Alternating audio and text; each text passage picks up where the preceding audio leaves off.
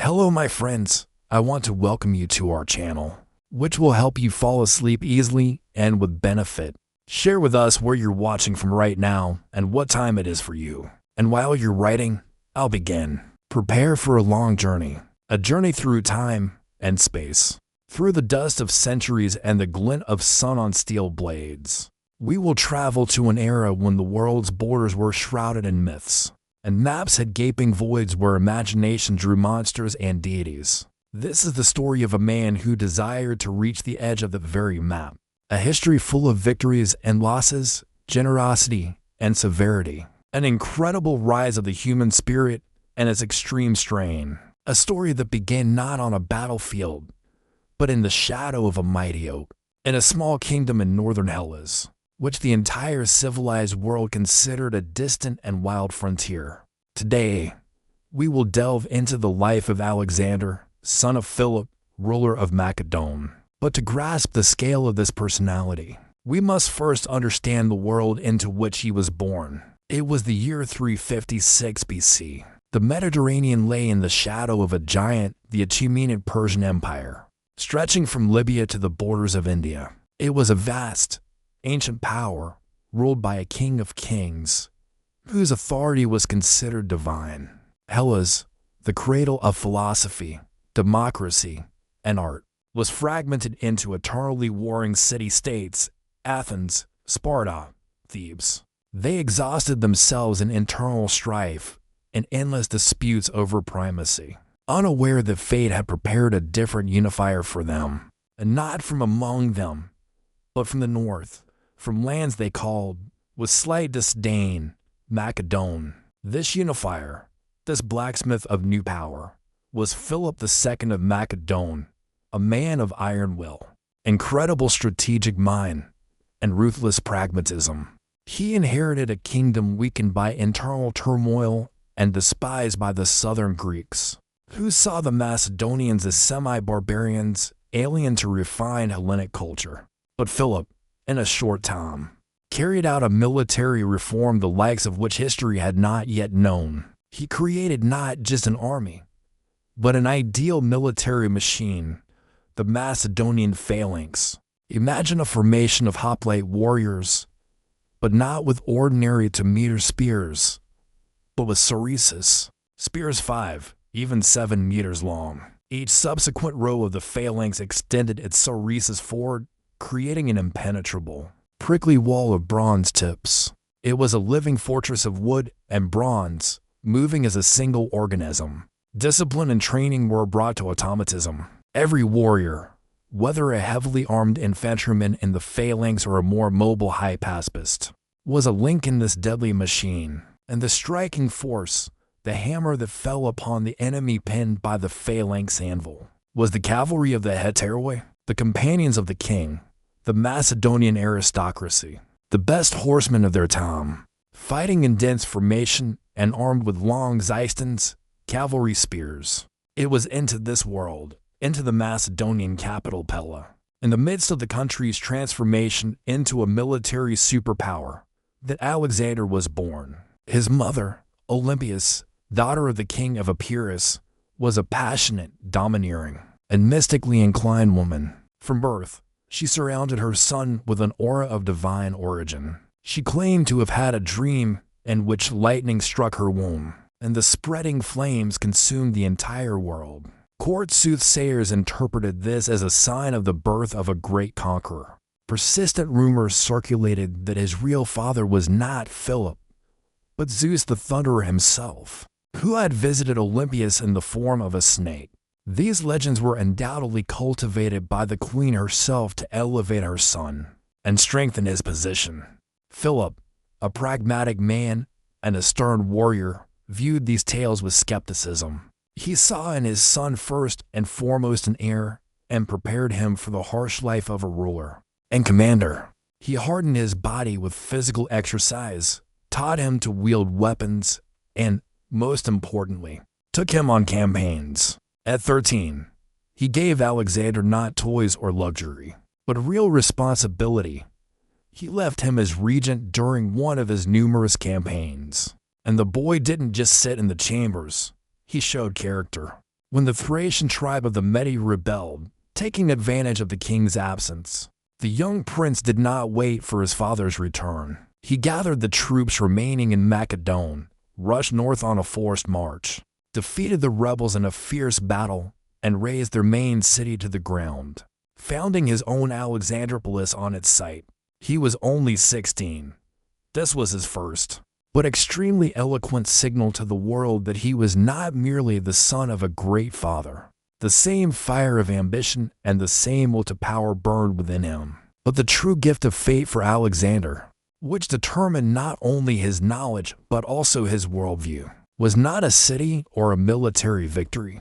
In 343 BC, wishing to give his heir the best education, Philip invited to his court the greatest scholar of his time, Aristotle of Stagira, a student of Plato, a man of encyclopedic knowledge, founder of his own philosophical school. For 3 years, the secluded sanctuary of the nymphs at Mieza became a unique academy for a single pupil.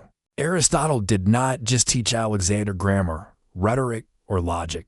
He opened before him the entire sum of knowledge of the Hellenic world. He read Homer with him, and the Iliad became for Alexander a sacred book, a guiding star, a moral compass. He carried a volume annotated by Aristotle's hand on all his campaigns, and placed it under his pillow next to his dagger. Achilles, the hero of Troy, living a short but dazzlingly bright life and striving for immortal glory, became his ideal. Aristotle taught him biology, medicine, geography, astronomy. He instilled in him an insatiable curiosity about the world, a thirst for knowledge, which would later drive him with the same force as the thirst for conquest. He would send samples of unseen plants and animals to his old teacher from conquered territories. But the philosopher also instilled in him the idea of the fundamental superiority of Hellenes over barbarians, all non-Greeks. This idea, as we shall see, would be greatly transformed and reinterpreted by Alexander in practice when he came face to face with the great cultures of the East. But initially, it became the most important ideological justification for his campaign. While Alexander was mastering sciences and philosophy, his father was completing the conquest of Greece. The decisive battle, which forever changed the balance of power, took place in August 338 BC at Charonia in Boeotia. Philip and his invincible army clashed with the combined forces of Athens and Thebes. It was a battle of titans, a clash of two eras. The 18-year-old Alexander commanded the left flank, where all the elite Heteroi cavalry stood. His task was to confront the flower of the Theban army, the Sacred Band. These were 300 selected warriors who fought in pairs of lovers, and were considered invincible for several decades. The battle was fierce. Philip's Macedonian phalanx methodically pressed the Athenians, wearing them down. But on the left flank, the situation was deadlocked. The Sacred Band stood its ground like a rock. And here, in the heat and roar of battle, Alexander's tactical genius manifested itself. He did not wait for his father's order. He himself saw an instant gap, a miscalculation in the enemy's formation. Without hesitation, he commanded the attack and personally led the charge of the Heteroi. It was a crushing, almost perfect cavalry charge. The cavalry, like a battering ram, crashed into the Theban ranks, crushing their impeccable formation. The Sacred Band was surrounded and annihilated to the last man. They fell together on the spot where they stood, proving their valor but losing the battle. Their death decided the outcome of the entire battle. The victory at Charonia made Philip the undisputed master of Hellas. He created the League of Corinth, declaring himself hegemon, and proclaimed a sacred war against Persia. Revenge for the desecration of Greek shrines during Xerxes' invasion a century and a half earlier. It seemed the path for Alexander was predetermined. He was a hero, the acknowledged heir, the future leader of the greatest expedition in Hellenic history. He stood on the threshold of realizing his Homeric dream, but fate was preparing a cruel and unexpected lesson for him. Just 2 years later, in 336 BC, during a lavish celebration for his sister Cleopatra's wedding in the old Macedonian capital of Agi, tragedy struck. Philip too, at the height of his power, was mortally wounded by his own bodyguard, Pausanias. The assassin tried to flee but was caught and killed.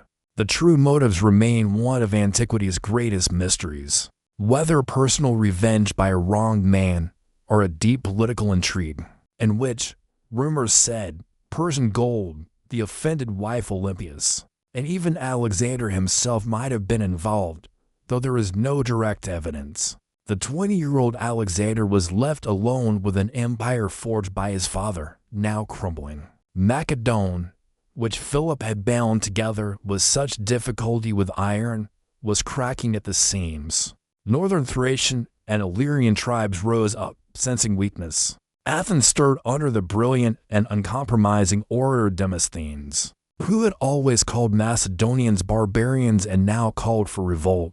Thebes openly rebelled, expelling the Macedonian garrison from their fortress, the Cadmea. The young, inexperienced king seemed easy prey. It seemed all of Philip's achievements were about to collapse. But everyone, both enemies and allies, was gravely mistaken. Alexander demonstrated the phenomenal speed, determination, and strategic reach which would later become his hallmark. First, a lightning campaign north in 335 BC, he fell upon the Thracians and Triballi.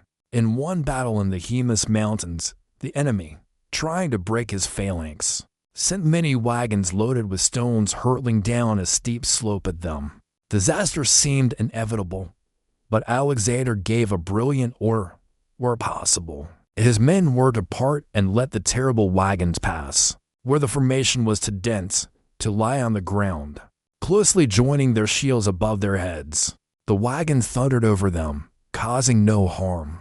Then the Macedonians rose, attacked the stunned enemy, and put them to flight. No sooner had he subdued the north than he received word that Thebes, believing rumors of his death, had rebelled. Alexander made an incredible forced march in terms of speed from the banks of the Danube to the walls of Thebes. He appeared beneath the city walls so suddenly that the Thebans at first could not believe their eyes. He offered them peace on terms of surrender, but the Thebans, confident in their strength and Athenian support, gave a fierce refusal.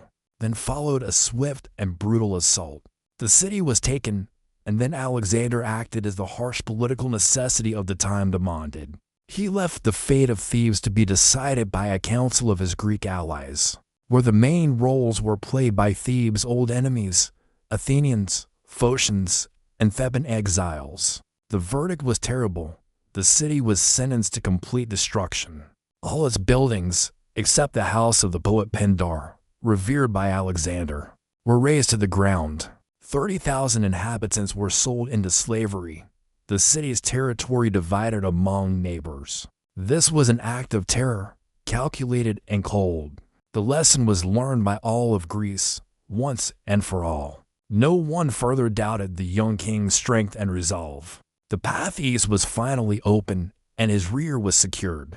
And so, in the spring of 334 BC, Alexander's army, about 35,000 infantry and 5,000 cavalry, superbly trained and bound by iron discipline, crossed the Hellespont, now the Dardanelles, the narrow strait separating Europe from Asia. Legend says Alexander was the first to hurl a spear from the ship onto the Asian shore, proclaiming he accepted Asia, given to him by the gods, and the first to step ashore in full armor. His next step was deeply symbolic and spoke volumes about his soul. He did not go to the nearest Persian garrison, but to Troy, to the ruins of the city sung by Homer.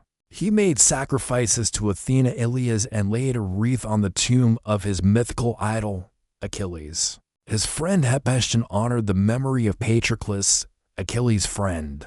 This was not just a gesture of respect for the past. It was a declaration, a myth becoming reality. Alexander identified himself with Achilles, and his campaign with a new great Trojan war that would bring him immortal glory. While he was indulging in these reflections and rituals, nearby, on the bank of the shallow but swift river Granicus, the first Persian army was already awaiting him. The satraps of Asia Minor, Arsites, Reamithers, Spithridates raid their numerous cavalry on the high, steep bank, placing behind them Greek mercenaries under the command of the experienced Memnon of Rhodes. Their plan was simple and logical: prevent the Macedonians from crossing and, using the advantage of position, throw them into the river, causing a massacre. Macedonian commanders, particularly the old and experienced Parmenion, advised waiting until morning, making camp, and attacking at dawn to take the enemy by surprise. But Alexander, as at Charonia, chose audacity and open challenge. It is shameful for us, who have crossed the Hellespont, to be held up by this miserable stream, he said, according to the historian Arrian. He ordered an immediate attack, despite the army's fatigue and the disadvantageous position. The Battle of the Granicus in May 330 for BC was chaotic, bloody, and decisive. Macedonian cavalry under a hail of arrows and javelins began descending into the water and scrambling up the slippery clay bank. The Persians resisted desperately, pushing horsemen into the water, slashing with swords. The battle turned into a series of fierce duels. Alexander, in a magnificent helmet with a white plume, was a conspicuous target and fought in the thick of the fray. At a critical moment, the Persian noble Spithridates raised his sword over him. But at the last moment, Cletus the Black, commander of the Royal Isle, cut off the attacker's arm, saving the king's life. Meanwhile, the Macedonian phalanx, crossing the river under a hail of arrows, engaged the Greek mercenaries. They fought desperately and professionally, but were surrounded and almost completely cut down. About 2,000 prisoners Alexander sent to Macedon for hard labor as a stern warning to any Greeks who decided to fight on the side of barbarians against their kinsmen. The victory at Granicus opened the road into Asia Minor for Alexander. He marched along the coast, liberating, as he declared, Greek cities from Persian yoke. Ephesus, Miletus, Halicarnassus, one by one they came under his sway. In Gordium, the ancient capital of Phrygia, the famous episode with the Gordian knot occurred. Legend held that whoever untied the intricate knot, binding the yoke of the ancient king Gordius' wagon, would become lord of all Asia. Alexander, unable to find the ends and unwilling to waste time, in his characteristic manner, solved the problem with a single stroke of his sword, cutting the knot, for his soldiers and for the world. This became another sign. This man did not play by established rules. He dictated and broke them. Meanwhile, in Susa, the Persian king Darius III Codomanus finally realized the scale of the threat. A man who had initially underestimated the Macedonian boy now gathered a huge, truly imperial army. He personally led it to meet Alexander, to crush him with one devastating blow. The place for the general engagement was chosen, the vast plain near the village of Issus, on the border of Cilicia and Syria in the autumn of 333 BC. Darius, with overwhelming numerical superiority, ancient sources give figures from 200,000 to 600,000, likely exaggerated, but his army was undoubtedly much larger than Alexander's. Took a favorable position on the right bank of the river Panaris. His army was a true kaleidoscope of the empire's peoples. The supposedly invincible heavy cavalry from Bactria and Sogdiana, Greek mercenaries, Scyth chariots, Persian immortals, archers from Babylonia. Confident of victory, he brought his entire court with him: Hiram, mother Sysigambis, wife Statera, and young children. Alexander, moving south, unexpectedly found the Persian army in his rear, cutting off his retreat and supply lines. The situation for him was critical, almost hopeless. But it was here, in crisis conditions, that his tactical genius manifested itself. He turned his army and carefully studied the enemy positions. He understood that Darius' strength lay in numbers, but his weakness was the narrowness of the plain between the sea and the mountains, which did not allow the deployment of all his colossal forces. Alexander's disposition was a brilliant example of military art. On the right flank, at the foot of the mountains, he placed his heteroid cavalry under his personal command. In the center, the unshakable phalanx, and on the left flank, anchored on the sea, commanded by the faithful Permian, Thessalian, and Greek allied cavalry, with orders to hold the main blow of the Persian cavalry at any cost. The battle began with an attack by Persian Scyth chariots, but the Macedonians were ready. They parted, letting them through, and showered drivers and horses with javelins. Other warriors crouched, exposing their shields to the Scyths. Most chariots were destroyed without reaching the formation. The main blow of the Persian cavalry, as Alexander had anticipated, fell on Parmenian's left flank, which fought a desperate defense, barely holding the onslaught. At the same time, Darius's Greek mercenaries fiercely attacked the Macedonian center, trying to break the phalanx. The key, decisive moment of the battle was Alexander's attack. He did not engage in a frontal assault along the entire line. Instead, he led his hetairai along the front line, looking for a gap, and he found it between the left flank of the Persian infantry and the center, where the Greek mercenaries stood. A small wedge, a weak spot, had formed. Alexander, like a hot knife in butter, drove his cavalry into this breach. He didn't just attack, he purposefully rushed to where, as he saw from the golden chariot and entourage, Darius himself stood. And here occurred what decided the fate of the battle and, perhaps, the entire campaign. Ancient historians, particularly Arrian, describe that Alexander, seeing Darius, rushed at him with such furious rage that he struck down several of his noble bodyguards and almost reached the royal chariot. In the thick of the melee, a spear pierced Darius's charioteer. Panic ensued. Someone among the Persians shouted that the king was dead, and Darius, mighty king of kings, lord of millions, seeing the frenzied, dust and blood-covered Macedonian king tearing through the ranks of his best warriors toward him, feared for his life. He jumped from the chariot, mounted a horse, and fled the battlefield, abandoning his army, his family, his wealth, and his honor. His flight became the signal for general chaos. The Persian army, deprived of its commander, turned into a disorderly rout. The Macedonians pursued them, wreaking terrible slaughter. Legend says that in Darius's camp, Alexander found his mother Sysigambis, wife Statera, and children. They were weeping, expecting the worst, violence and death. But Alexander, approaching their tent and hearing the crying, entered and said to them the famous words, "I am Alexander. Do not fear. With me you are safe.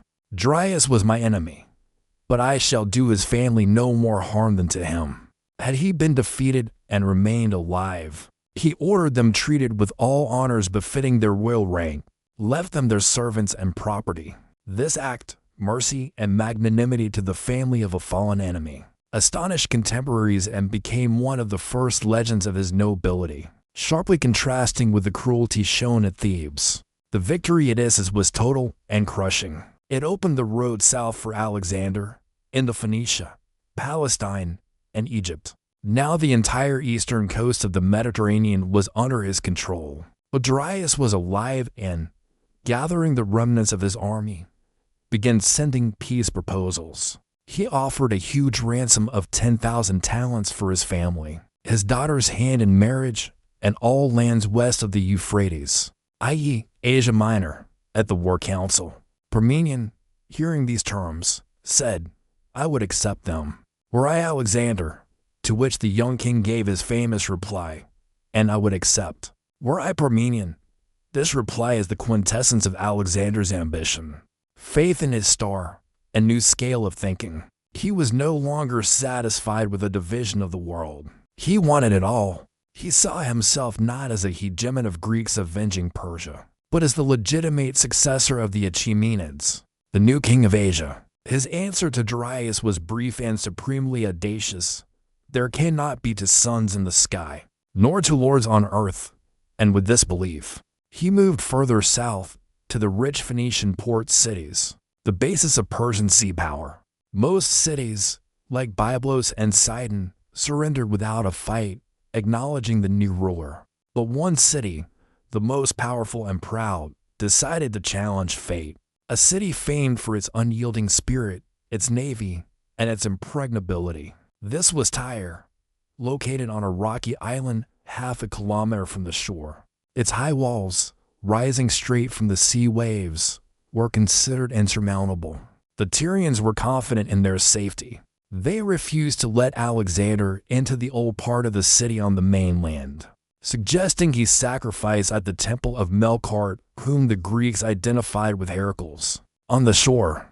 For Alexander, who considered himself a descendant of Heracles, this was an insult and a matter of principle. But more important was the strategic significance. As long as Tyre with its powerful fleet was alive and independent, the Persians could always threaten his rear in Greece and Asia Minor. And so he made a decision that shocked everyone, friends and foes alike. He decided to build a mole, a giant causeway 7 stadia long, about 1 kilometer from the mainland to the island. This was a project of titanic scale, almost insane, defying all laws of military engineering of the time. But Alexander knew how to infect thousands with his will. Soldiers, engineers, local inhabitants, all were driven to the work.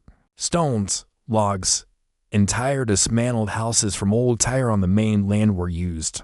The causeway slowly, centimeter by centimeter, crawled toward the formidable walls of the besieged city under bombardment.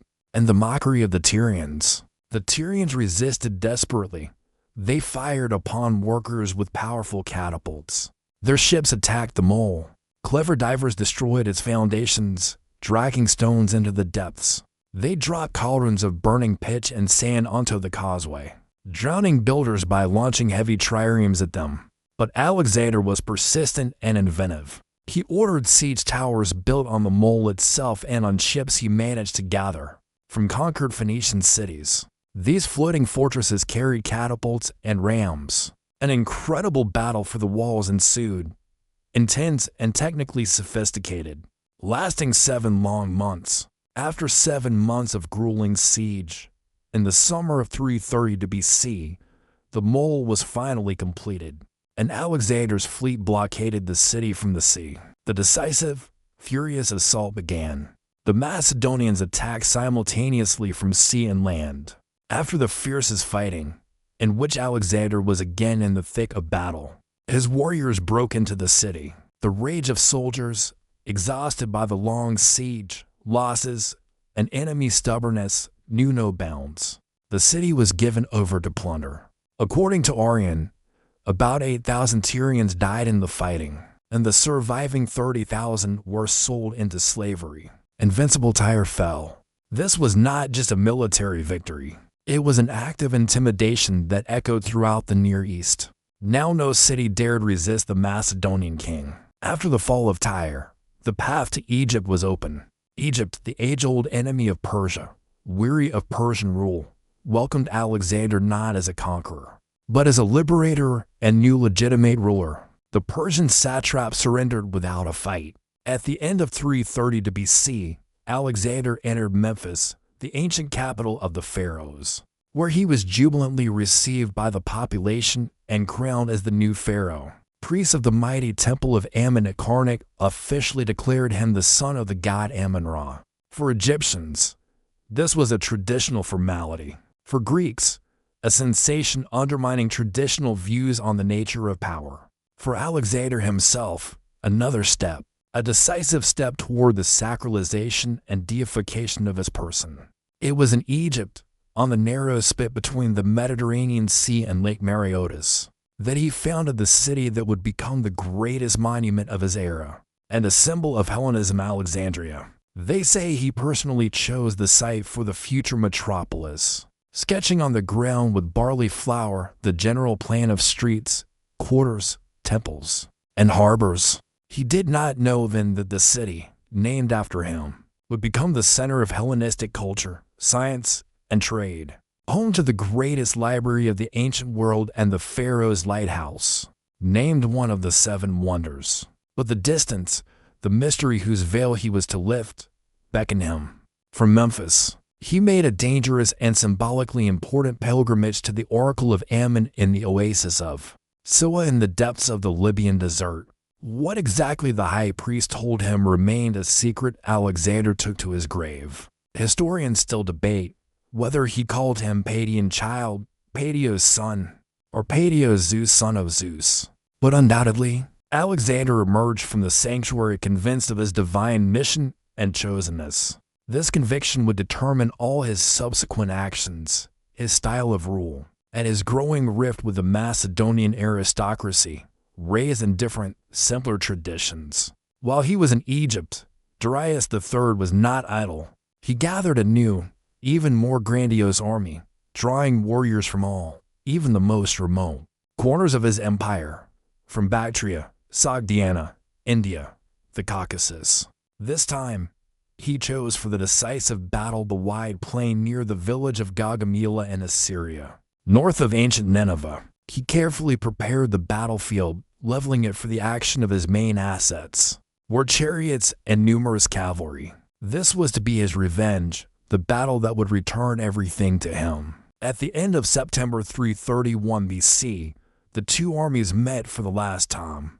Darius's forces, by some estimates, reached 200,000 to 250,000 men, including Bactrian and Sogdian cavalry, Indian elephants, and again Greek mercenaries. Alexander had no more than 47,000 battle-hardened veterans, but it was an army bound by iron discipline and believing without limit in the genius of its king. Before the battle, Parmenion again advised a night attack to equalize chances and sow confusion in the ranks of the huge but disorderly enemy host. Alexander again refused, giving another famous answer: "I do not steal victory." He devised a brilliant, though incredibly risky, plan. He understood Darius would expect a frontal attack.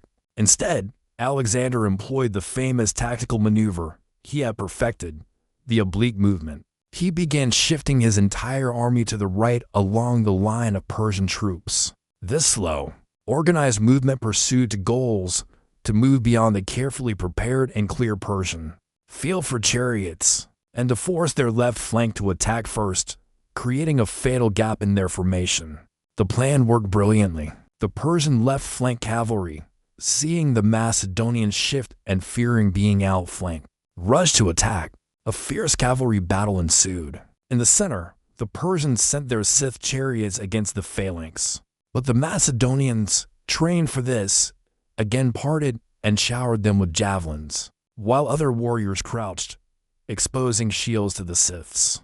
Most chariots were destroyed without causing significant harm to the phalanx.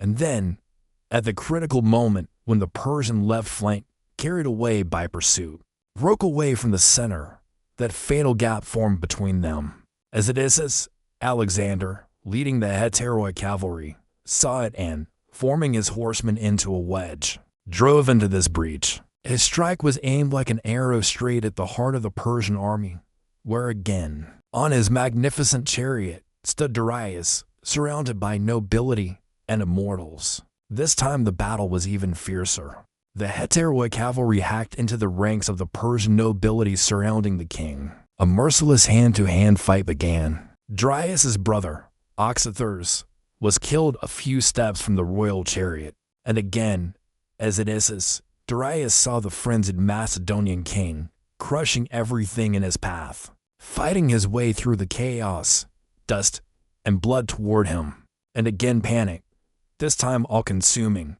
gripped his entourage. The King of Kings, seeing his personal guard melting under the crushing blows of the Macedonians, in terror turned to flight once more. His flight, this time final and irrevocable, again decided the outcome of the grand battle. Gaugamela became the swan song of the military might of the Persian Empire. Darius's army was scattered and ceased to exist as an organized force. He himself fled to Media, then to the eastern satrapies. The road to the heart of the empire was open. Soon Alexander took Babylon without a fight, where he was welcomed as the new king. Then Susa, the administrative capital, where he seized incalculable treasures of Persian kings accumulated over to centuries. Then he marched to Persepolis, the ceremonial capital of the Achaemenids, the symbol of their power. The entry into Persepolis in January 330 BC became the apotheosis of his revenge. And a symbol of the end of the old era, he allowed his army to plunder the city, except for the royal treasury. And then, after the famous feast, the majestic palace of Xerxes, the very one who burned Athens in 480 BC, was set ablaze. Historians still debate the reasons for this fire, whether it was a sober political step, symbolizing the final end of the Achaemenid power and revenge for Athens, or an act of drunken vandalism incited by the Athenian courtesan ties, as Plutarch describes. Be that as it may, burning Persepolis became a giant funeral pyre, illuminating the sunset of one empire and the birth of another. Now Alexander was the full-fledged master of Persia. For his soldiers, especially the old guard, the war was won. They dreamed of returning home with booty that would make them rich for the rest of their lives. But their king thought otherwise. His thirst was not quenched. Darius was still alive. He had fled north to Ecbatana, then further east to Hyrcania, hoping to gather a new army in the loyal eastern satrapies, Bactria and Sogdiana. Alexander set off in pursuit. It was a frantic, exhausting chase through mountain ranges and arid plains. He caught up with the Persian baggage train in July 330 BC somewhere in Trangiana. But it was too late. When he burst into the wagon where Darius was, he found him dying, stabbed by his own satraps led by Bessus, who had proclaimed himself the new king under the name Artaxerxes V. Darius's death was the formal end of the Persian Empire, and another turning point in Alexander's fate and his campaign. Now he was not merely a conqueror, but by right of sword and victory, the legitimate king of Asia. He ordered his fallen rival buried with royal honors at Persepolis, beside his ancestors. But for his Macedonian veterans, the war should have ended. They had fulfilled their mission. For Alexander, however, it was only beginning to take on a new, universal scale. He saw before him the endless expanses of the East, lands that had not yet submitted to him, and peoples known only by legend. And he saw the traitor, Bessus, the usurper who needed to be punished to legitimize his own power. It is here, on the dusty roads of Hyrcania, when the first drops of misunderstanding and disappointment began to poison the relationship between king and army, that our story reaches a natural pause. Alexander the Great, king of Macedon, hegemon of Hellas, pharaoh of Egypt, king of Babylon, Susa, and Persia, stands on the threshold of the greatest and most difficult stage of his journey. Ahead lie the inhospitable mountains of the Hindu Kush, the inhospitable deserts of Central Asia, the first shadow of future discord within his own army, conspiracies, and the harsh necessity of governing a giant, Mali Empire. His dream of a unified world where boundaries between Greeks and barbarians are erased is only beginning to form in his mind, and it will collide with the harsh reality of soldiers' fatigue, the conservatism of the Macedonian aristocracy, and the misunderstanding of his closest companions. And so, summer 330 BC, the dust from cavalry hooves has not yet settled on the roads of Hyrcania. Alexander, standing over the body of his fallen rival Darius, seems to have achieved everything he began this campaign for. Revenge for the desecrated Hellenic shrines is accomplished. The Persian Empire lies at his feet. His soldiers, who have marched thousands of stadia from the Hellespont, dream of returning home to Macedon, where families and honor await them, bolstered by incalculable booty from Issus and Persepolis. But the young king's gaze is fixed not west, but east and north, into the boundless and unfamiliar lands marked on old maps as lands unknown to the Greeks. Darius's death at the hands of his own satraps did not end the war in his eyes. It merely changed its character. Now he was not an avenger, but a punisher and heir. Bessus, satrap of Bactria, who killed his king and proclaimed himself Artaxerxes V, was a usurper, and he needed to be punished by all laws of East and West. But more importantly, these eastern satrapies, Parthia, Hyrcania, Arya, Trangiana, Bactria, and Sogdiana, were wild, unruly lands. inhabited by warlike and freedom-loving tribes. As long as they were not subdued, Alexander's empire could not be considered whole and secure. It is here, in the camps of Hyrcania, that the crack first appears, which in time would turn into a chasm between king and his army, between his new dream and the old views of his comrades. The soldiers, especially Philip's veterans, did not understand this new goal. They saw their king, their leader, their boy increasingly adopting the customs of those they considered barbarians. He had already donned elements of Persian dress, a white tunic and diadem. He began surrounding himself with Persian nobility, admitting them to his retinue and even forming from Persian youths an elite guard, the so-called Epigone successors. For the Macedonian aristocracy, proud of its simplicity and martial virtues, this was a blatant betrayal of the ideals for which they had begun this campaign. The first storm broke in Drangiana, in a town known as Frata. A conspiracy was uncovered here that entered history as the Philotas conspiracy. Philotas, son of the powerful Parmenion, commanded the elite Hetaeroi cavalry and was one of the most influential men in the army. Information reached Alexander that Philotas knew of a plot against the king but did not report it, perhaps considering the threat insignificant or harboring resentment over the growing influence of barbarians. Philotas was arrested, and in an army assembly where Alexander himself acted as accuser, he was tortured and then executed. But the tragedy did not end there. Parmenion, the old and loyal commander of Philip, a man whose wisdom had saved the army more than once, was at that moment in Ecbatana, controlling communications in the rear. He was not implicated in the conspiracy, but after his son's execution, he became mortally dangerous. His authority was too great, his potential vengeance too strong. Alexander, acting with coldness and cruelty, sent a messenger with orders to kill the old general. Parmenion was cut down, not even given a word in his defense. It was a shock for the entire army. The murder of his father's comrade, a man who was practically a second father to Alexander himself, clearly showed the old times were over. The king would no longer tolerate the slightest shadow of doubt or disobedience. But the trials did not end there. Moving further east through the lands of Aria, Alexander faced new betrayal.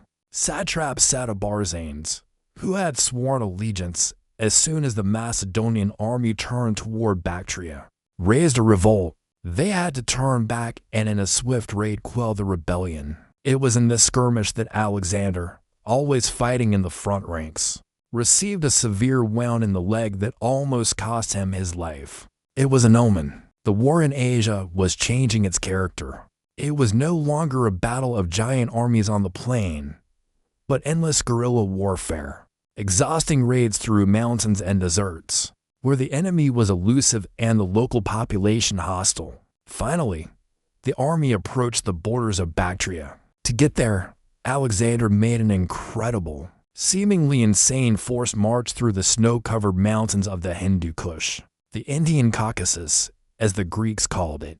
Crossing passes over 3,000 meters high was a severe trial even for hardened Macedonians. Men died from cold, altitude sickness, and exhaustion, but the king led them forward, demonstrating his iron will. Descending from the mountains, they entered the rich Bactrian valley. Bessus, learning of Alexander's approach, did not dare give battle and retreated across the river Oxus, now Amudarya, into Sogdiana, hoping for a natural barrier and support from the local ruler Spitamenes. The crossing of the wide and swift Oxus became another legend. Having no ships, soldiers stuffed skins with hay and dry reeds, and on these improvised rafts under a hail of arrows, they managed to reach the opposite shore.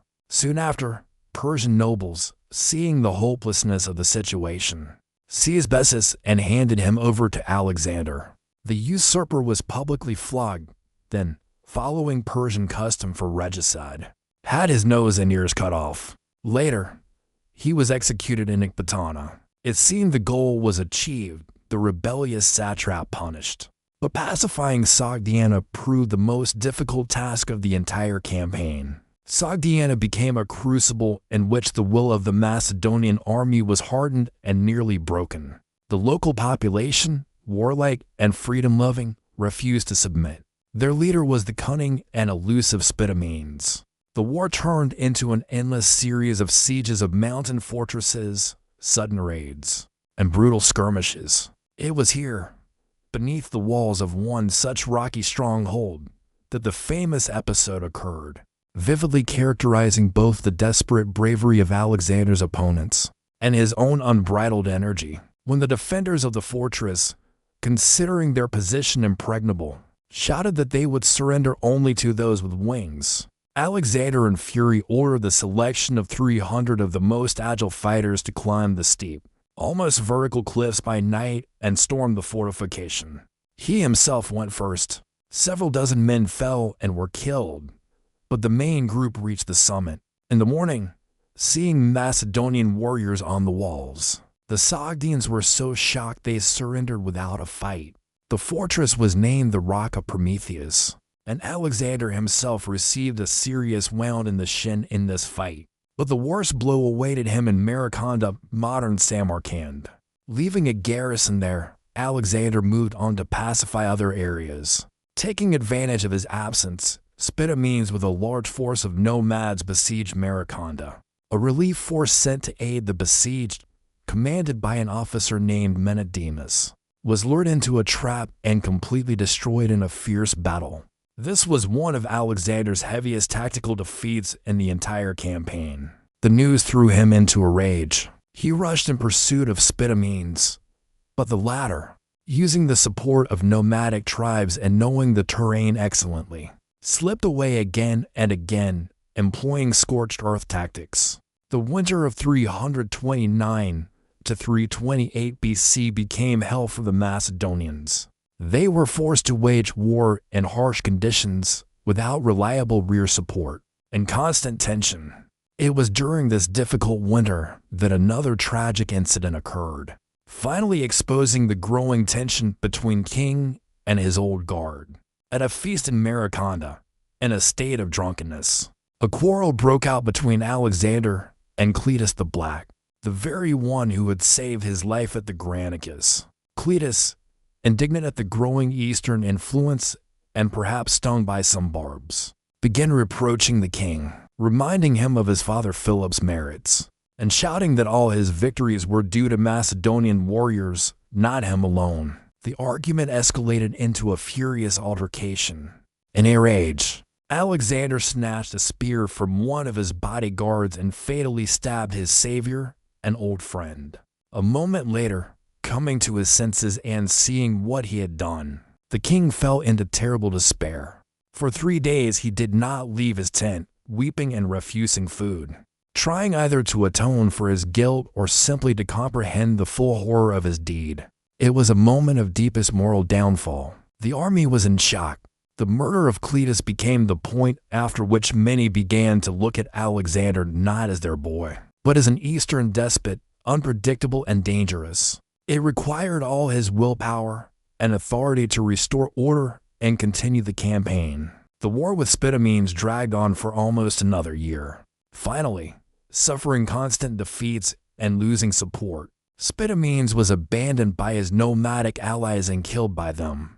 His head was delivered to Alexander as a sign of submission.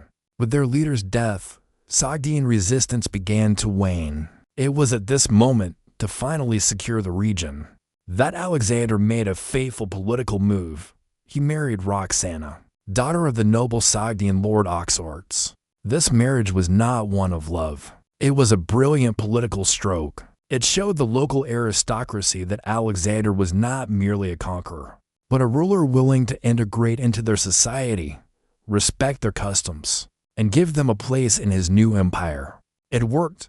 Resistance in Sogdiana and Bactria began to fade. By 327 BC, the East was finally pacified. The road to the most mysterious and alluring land, which Greeks knew only from fairy tales, India, was open. The army, though thinned and weary, still believed in its king, and Alexander himself was full of new, even more grandiose plans. He stood on the threshold of the last and most fantastic act of his epic, crossing the Indus and conquering the unknown subcontinent. But that is another story, full of incredible battles, wonders, and the first bitter seeds of what would later halt his victorious march. 327 BC. Behind lay the smoking ruins of Persepolis, the endless sands of Iran, the snow-covered passes of the Hindu Kush, and the exhausting guerrilla war in the harsh gorges of Sogdiana. Alexander's army, though thin and weary, was now a fusion of hardened Macedonian veterans, Bactrian and Sogdian horsemen, Persian infantry, and representatives of dozens of other peoples. This was no longer simply a Macedonian phalanx, but history's first true multinational force, the nucleus of his future world empire. And this gigantic military machine was now turned southeast, toward the greatest enigma of the ancient world, India. At that time, for Greeks, India was terra incognita, a land shrouded in legends. Rumors spoke of gold-digging ants, giant snakes, people with dog heads, and untold riches. But Alexander, Aristotle's pupil, was guided not only by myths. He knew the Indus was one of the great rivers of the world, and the lands beyond it were rich and populous kingdoms. His goal now was not merely to capture, but to reach the edge of Asia, which, he believed according to contemporary understanding, lay somewhere not far beyond the Indus at the great outer sea, which, he thought, washed the whole world.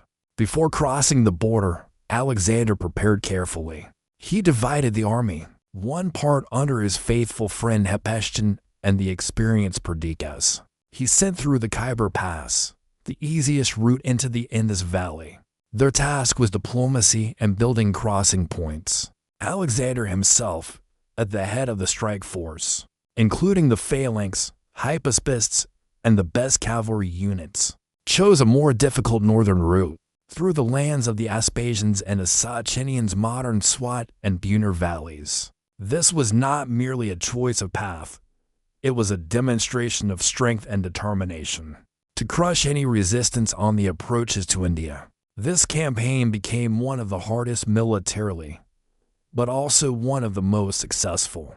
Alexander's troops stormed impregnable mountain fortresses. One of them, Masaga, fell only after a fierce battle in which Alexander himself was seriously wounded by an arrow in the shoulder. Legend says that when the arrowhead was extracted, bleeding profusely, he continued to command the battle. The fall of Masaga opened the way into the valley. Local tribes, seeing the futility of resistance, began sending envoys one after another with expressions of submission. The most significant battle of this campaign phase was the siege of the nearly impregnable rock fortress of Aornos. Ancient authors, following Alexander's own account, compared it to the very rock from which, according to myth, Heracles could not cast down Prometheus's eagle. The fortress stood on a giant isolated rock, surrounded by a deep gorge. All attempts at assault were futile. Then Alexander, demonstrating his genius in siege warfare, ordered a giant embankment to be raised from a neighboring mountain to the walls of Aornos. Soldiers worked day and night under a hail of arrows and stones. When the embankment almost reached the height of the fortress, the defenders, seeing this marvel of engineering and the unyielding will of the besiegers, lost heart and surrendered. The fall of Aornos had the effect of a bombshell throughout northwestern India. The rumor of the god king who commanded mountains themselves ran ahead of his army. In the spring of 326 BC, both columns of the army united at the river Indus. Here, the local ruler Taxile submitted, hoping to use Alexander against his enemy, Porus, who ruled the lands east of the Hydaspes' modern Jhelum. The Battle of the Hydaspes in May 326 BC became one of the greatest triumphs of Alexander's military genius, and perhaps the last great battle of his life. Porus arrayed his huge army on the opposite high bank of the river, its core being 200 war elephants, an unprecedented monster for the Macedonians. An attempt at a direct crossing under attack from elephants and arrows would have been suicidal. And then Alexander employed a masterful tactical deception. For several weeks, He constantly moved his troops along the bank, creating the appearance of preparing to cross in different places. His camp was full of noise and shouts. Porus, a brave and direct man, was forced to constantly shift his forces along the river, exhausting them. Meanwhile, Alexander secretly chose a crossing point about 25 kilometers upstream, where the river made a bend and a dense forest on the bank hid the preparations. At night, during a thunderstorm and downpour that masked the sounds, Alexander, at the head of a picked force of cavalry and infantry, crossed the turbulent Hydaspes. At dawn, when Porus learned Alexander was already on his bank, he left part of his troops with the elephants to watch the main Macedonian camp and moved to meet the enemy with his main army. He deployed his troops in a formidable line. In the center, elephants. Behind and between them, infantry. On the flanks, cavalry. Alexander, seeing this formation, did not attack head-on.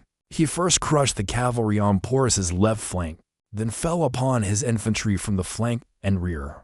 But the main problem remained the elephants. Frightened and wounded, they began trampling their own troops. The Macedonian phalanx, trained to act in any situation, steadfastly withstood their attacks, striking at eyes and legs with spears.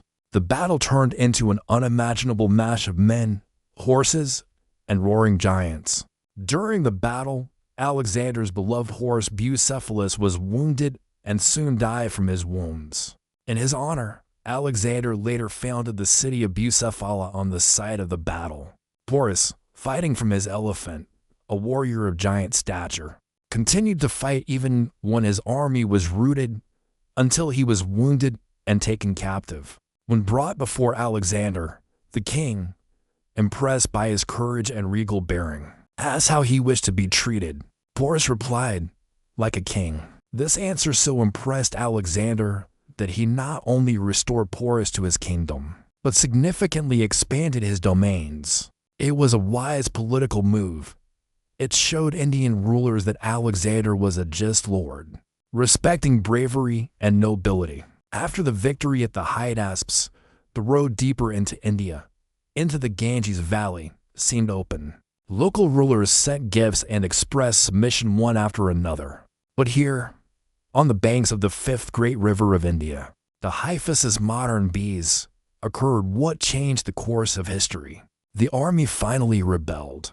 The soldiers were exhausted to the limit. 12 years of continuous campaigning, thousands of kilometers, the unfamiliar, stifling humid climate, tropical downpours, unknown diseases, and, most importantly, rumors of incredibly powerful kingdoms further east on the Ganges, where armies of tens of thousands of elephants were said to stand. All this broke their spirit. They refused to go further. No speeches by Alexander about glory and riches lying just ahead, about them being almost at the edge of the world. Help. General Coenus, on behalf of the army, politely but firmly stated that the soldiers wanted to go home, that they had already done enough for their descendants to remember their deeds. For several days Alexander raged in anger and despair, locked in his tent as after Cletus's murder. He understood that this time his will was powerless against the collective decision of his veterans. It was the end of his dream of reaching the Eastern Sea. With a heavy heart, he was forced to yield. On the banks of the Hyphasis, he ordered 12 giant altars erected as thanks to the gods for victories won, and as a consoling monument to the furthest limits of his campaign. In the autumn of 326 BC, the army began its long and tragic journey back. They decided to return by a new route, down the rivers Hydas and Indus to the Indian Ocean. Part of the army under Craterus he led overland by a safer route. Another part, including Alexander himself, was embarked on a newly built fleet of 2,000 ships. This voyage became no less epic and bloody than the land campaign. Sailing down the Indus, the army was subjected to constant attacks by warlike Indian tribes. In one such skirmish during the assault on a city of the Malians, Alexander, wishing to inspire his soldiers, was the first to climb a siege ladder onto the wall and jumped into the city alone. with one shield bearer. In the ensuing fierce melee, he was again severely wounded by a long Indian arrow that pierced his breastplate and lodged in his lung.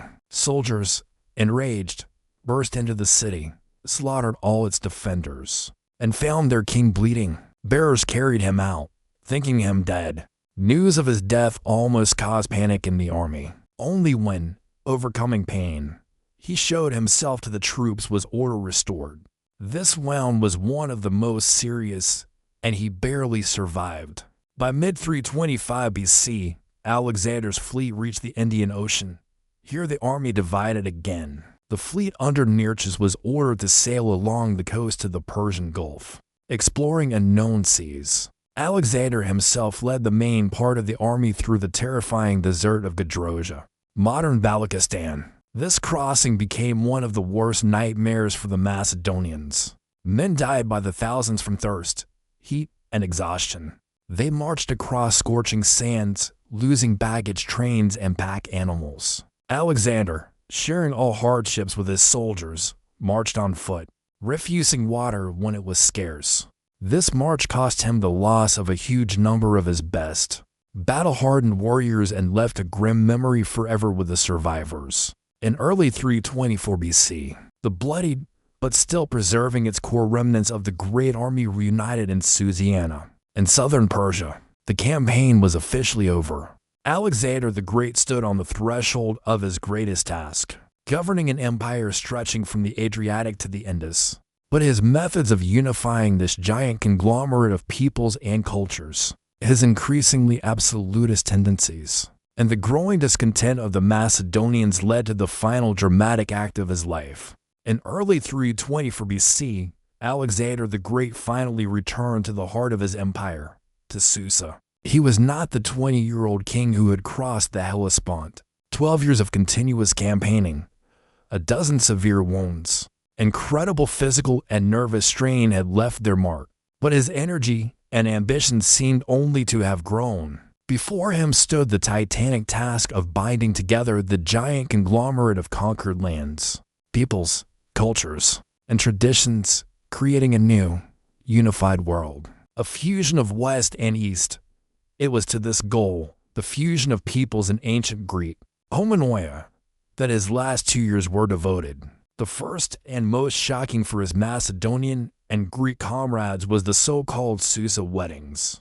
In a grand ceremony held in the Persian capital, Alexander married Statera, the eldest daughter of Darius III and Parysatis, daughter of the Persian king Artaxerxes III, simultaneously. 90 of his closest companions and 10,000 ordinary soldiers who married Asian women received lavish wedding gifts from the king. This grand act was not merely a gesture. It was a calculated policy to bind the Macedonian elite with Persian aristocracy by blood ties, creating a new ruling caste loyal to him personally. But for the old Macedonian warriors, who saw the Persians as conquered barbarians, this was an unthinkable humiliation and betrayal of Philip's memory. Even more radical reforms followed. Alexander began actively incorporating Persians into the army and even into elite units. He formed a corps of 30,000 Persian youths, whom he called Epigoni successors, and began training them in Macedonian drill and the use of the sarissa. For veterans who had shed blood to crush these very Persians, the sight of trained barbarians was a slap in the face. But Alexander saw further. His empire could not be held by Macedonian spears alone. It needed a solid, integrated local base. The culmination of discontent came with the incident at Opis in the summer of 324 BC. Alexander, wishing to send home the oldest and most disabled veterans, assembled the army and announced his decision. But the soldiers, already enraged by his Eastern innovations, perceived this as an attempt to replace them with Persians. An extraordinary murmur rose. Veterans shouted that he could go campaigning alone with his father Ammon. It was a deadly insult, denying his filial connection to Philip. Then Alexander, in a fit of rage, performed one of his most theatrical and effective acts. He jumped down from the tribunal and personally, spear in hand, began pulling ringleaders from the ranks. ordering his guard to arrest them. Then, in dead silence, he withdrew to his quarters and locked himself in, admitting no Macedonian, surrounding himself only with Persian guards and advisors. This boycott lasted 2 days. For the Macedonians, for whom the king was not a god, but first among equals, a comrade in arms, this was unbearable. They stood outside the palace walls, begging him to come out, weeping and admitting their guilt. Finally, Alexander emerged. His appearance is described as a moment of the highest emotional intensity. He saw not a rebellious army, but a crowd of weeping, devoted men. And then he delivered one of his most famous speeches. He enumerated all the merits and gifts of Philip and his own, reminded them of the transformation of Macedon from a poor kingdom into a world power. Then, pointing to a gray-haired veteran, said, "This man saved my life at the Granicus," and named dozens of others, reminding them of their deeds. The effect was stunning. Soldiers wept, begging for forgiveness. The reconciliation concluded with a grand feast for 9,000, where Macedonians and Persians sat side by side. Alexander, acting as a mystical unifier, prayed for harmony and shared rule between Macedonians and Persians. But it was only a temporary victory. The underlying conflict was not resolved. In the autumn of that same year, 324 BC, tragedy struck the person closest to Alexander, Hephaestion. In Ecbatana, he fell seriously ill, probably from typhoid fever, and despite all efforts of physicians, died. For Alexander, it was a crushing blow. Hephaestion was not just a childhood friend and loyal general. He was his alter ego, his other half, whose opinion he valued most. Plutarch writes that Alexander hung his horse's mane and his own weapons with hair in mourning, then ordered the walls of neighboring cities to be razed, as hair is cut for the dead. The king's grief was universal and terrible. He ordered mourning declared throughout the empire, ordered the sacred fire of the Persians extinguished not only upon a king's death, and, according to some accounts, crucified the physician who failed to save his friend. Hephaestion's body was embalmed and sent to Babylon with incredible pomp. Alexander commissioned a grand funerary monument costing 10,000 talents and appealed to the oracle of Ammon at Siwa to grant Hephaestion divine honors. The priests, cautiously, permitted his veneration as a divine hero. This loss knocked out Alexander's last psychological support. Henceforth, his entourage feared his gloomy, unstable mood and uncontrolled outbursts of anger. The winter of 323 BC, Alexander spent in Babylon, which he had made the capital of his empire. And here, in the midst of preparations for new, even more fantastic campaigns, to the Arabian Peninsula and then, rumors said, to the western Mediterranean against Carthage and Rome, fate overtook him in late May, after one of the feasts. In honor of Nerches's return from his voyage, Alexander felt unwell. There are many versions of his illness, from malaria and typhoid to poisoning. Modern historians often lean toward natural causes, perhaps complications from numerous old wounds, combined with physical exhaustion and some acute infection, typhoid fever, viral encephalitis. But ancient authors, especially those critical of him, readily told the story of poisoning by a poison allegedly brought in a mule's hoof and administered to him by Antipater, the viceroy of Macedon, with whom Alexander's relations had soured. The illness developed rapidly, high fever, pains throughout the body. But Alexander, with his iron will, continued to conduct state affairs, giving orders and receiving ambassadors from his bed. He performed necessary sacrifices, discussed with Admiral Nerches the details of the upcoming Arabian expedition. However, with each day he grew worse. The fever did not subside. He lost his voice. Strength left him, realizing the end was near. He made one last poignant gesture when his soldiers, mad with grief, demanded to be let in for a final farewell. He silently, no longer having strength to speak, merely raised his head and with a glance greeted each who passed by his bed. It was a mute scene of incredible power. The king's farewell to the army that had gone halfway around the world with him. On June 10th, 323 BC, toward evening, at the age of not quite 33, Alexander the Great, king of Macedon, lord of Hellas, pharaoh of Egypt, king of Asia, died in Babylon. According to Plutarch, when asked to whom he bequeathed his empire, he managed to whisper, to the strongest. By another version, he gave his signet ring to his general Perdiccas, and to the question to whom, answered, to the strongest. His death plunged the world into chaos. The giant empire, no longer bound by his titanic will, immediately began to disintegrate. His generals, the Diadochi, the successors, embarked on a many-year, bloody war for his legacy, Alexander's unborn son by Roxana, the future Alexander IV, was killed together with his mother before reaching maturity. His half-brother Philip III Aristeas, feeble-minded, became a pawn in the hands of generals and was also murdered. The empire split into several major Hellenistic states. Macedon under the Antigonans, Egypt of the Ptolemies, the Seleucid state in Asia. But what remained? The myth remained, the image remained. Hellenism remained, that very fusion of Greek and Eastern cultures he had tried to create, and which forever determined the development of the entire Mediterranean and Near East.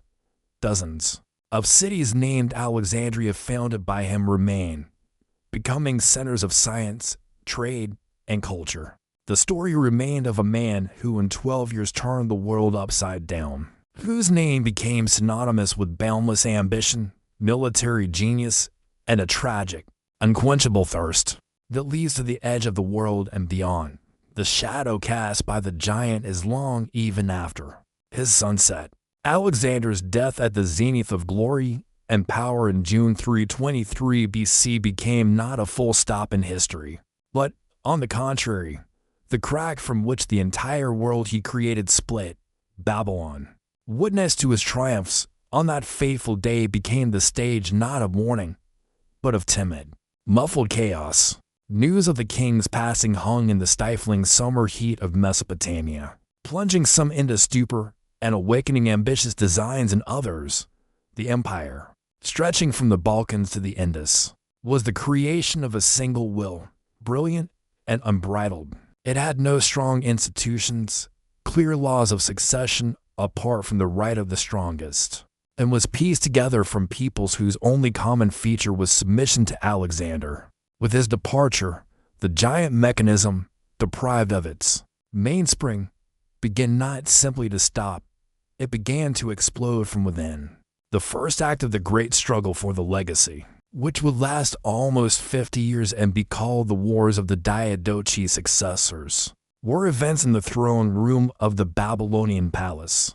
The king's body was not yet cold when his closest generals, men who had gone with him all the way from the Granicus to the Hyphasis, gathered in council to decide the fate of the world. Fear, distrust, and unspoken ambitions hung in the air. The main contender for the role of regent seemed to be Perdiccas, one of Alexander's senior bodyguards, an authoritative, imperious man to whom the dying king, according to some accounts, had given his ring. But a powerful faction of infantry commanders led by Meleager opposed him. They demanded power for the common Macedonians, seeing the aristocratic cavalry as a threat to their interests.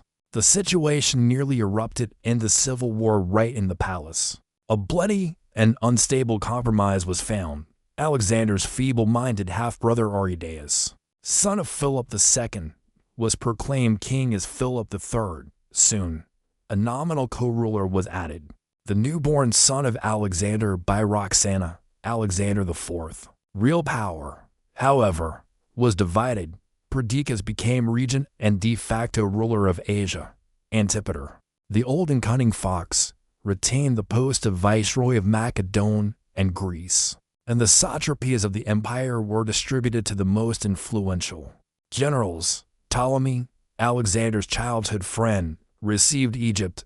Antigonus the One-Eyed, an experienced an ambitious warrior, received Greater Phrygia and Asia Minor, Lysimachus, Thrace, Seleucus, Babylonia. Thus, at one table, the seeds of future decades of war were sown. Perdiccas fell first. His attempt to strengthen his power, including by marrying Alexander's sister Cleopatra, aroused universal suspicion. A coalition against him formed with lightning speed. In 321 BC, during an unsuccessful campaign into Egypt against Ptolemy, his own officers, among them Seleucus, stabbed him to death in his tent. The regent's death opened a new phase of conflict. In 319 BC, Antipater died, passing the regency, not to his son Cassander, but to his old comrade Polyperchon. This was a fatal mistake.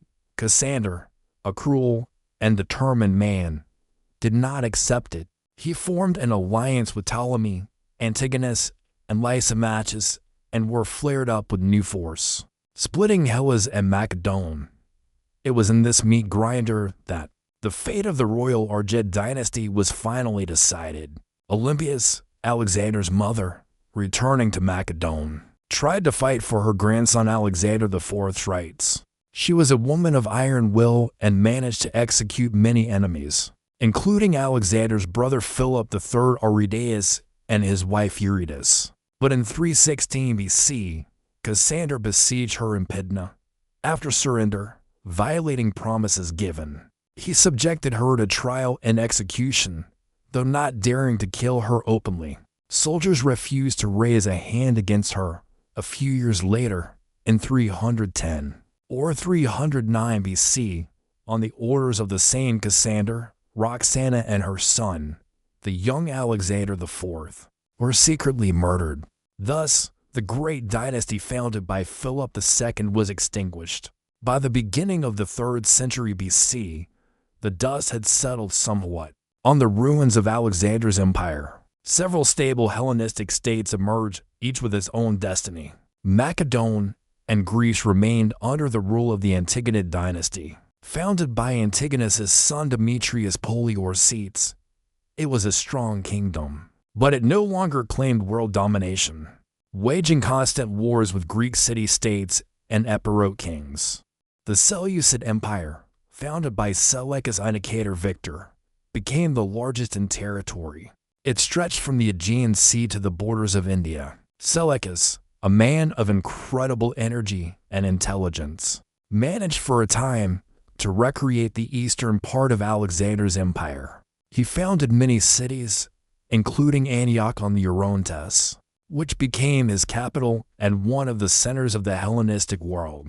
However, its giant size and heterogeneous population made it vulnerable. Already under Seleucus' successors, eastern satrapies began to break away. Bactria and Sogdiana declared independence, forming the Greco-Bactrian kingdom. And later, in the mid-2nd century BC, Persis also broke away, where the Parthian kingdom of the Arsacids rose, which later became a formidable enemy of Rome. But perhaps the most lasting and stable legacy of Alexander was Ptolemaic Egypt. Ptolemy Isoter's savior was not the most brilliant general, but an outstanding organizer and pragmatist. He was one of the first to understand that it was easier and more profitable to entrench oneself in one rich province than to chase the phantom of a unified empire. He skillfully avoided large pan-imperial conflicts, preferring to strengthen his own possessions. It was he who hijacked Alexander's body, intercepting the funeral cortege headed for Macedon, and buried it with great honors first in Memphis, then in Alexandria, which he founded. This act was not merely a tribute of respect, it was a powerful political move, making his capital the sacred center of the great conqueror's legacy. Ptolemy and his successors turned Egypt into a flourishing state. They created a powerful bureaucratic apparatus, an effective tax system, and made Alexandria the greatest city of the Hellenistic world. Here, under the Ptolemies, the Malchian Temple of the Muses was founded, a prototype of the modern Academy of Sciences and the famous Library of Alexandria, which sought to gather all the world's knowledge. At their court worked the mathematician Euclid, founder of geometry. Aristotle of Samos, who proposed the heliocentric system of the world. Archimedes, genius of mechanics and mathematics, and many others. Hellenistic Egypt became the bridge through which the achievements of Greek science and culture passed to the Romans and through them to Europe. What was Hellenism? This is the main, though unplanned, legacy of Alexander. It is not simply the spread of Greek culture. It is a complex, centuries-long synthesis. The Greek coin became the language of international communication, trade, science, and literature from Sicily to India. It was spoken by merchants in Carthage, officials in Persian satrapies, philosophers in Judea. Greek city-states with their agoras, gymnasia, and theaters sprang up on the banks of the Nile. Tigris and Indus, eastern cults of Isis. Serapis, Cybele flooded into Greece and Rome, enriching and complicating Europeans' religious conceptions. But the synthesis was two-sided. Greeks, finding themselves in the East, adopted customs, clothing, elements of worldview. Kings of the new states, like Alexander, began to be deified in life, combining Greek and Eastern traditions in their titles. In art, an amazing fusion arose. Greek harmony combined with Eastern opulence, emotionality, and attention to individuality, producing masterpieces like the Venus de Milo or the Pergamon altar. Alexander's empire collapsed, but his dream of a unified world, albeit in a distorted form, was realized. The Hellenistic world became a common cultural and economic oikoumene, preparing the ground for the next giant, the Roman Empire.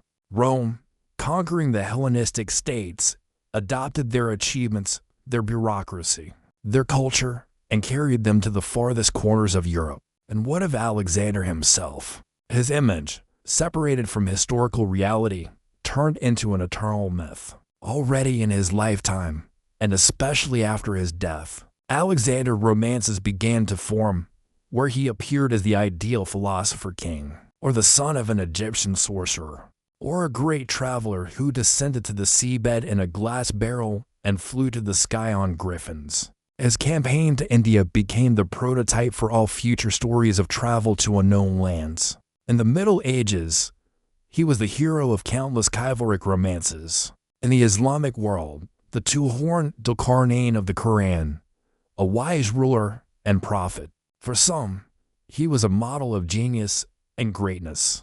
For others, a tyrant and destroyer. His legacy is dual, like he himself. On the one hand, an unprecedented cultural synthesis, an impetus for the development of science, the expansion of the known world's boundaries. On the other, rivers of blood, destroyed cities, the tragedy of peoples forcibly drawn into his orbit. He showed what human will is capable of, and simultaneously, what abysses it can open. And perhaps the most important thing Alexander the Great leaves us is not an answer, but an eternal, insoluble question. A question about the price of greatness, about where the line lies between a dream that changes the world and a destructive mania of grandeur, between genius ahead of its time and the tragedy of a man who went further than mortal nature can bear. His life is a flame, dazzling and short, burned to ashes, but managing to ignite thousands of other fires that burned with a completely different light. In the centuries that followed him, and the shadow of this flame lies upon our civilization to this day.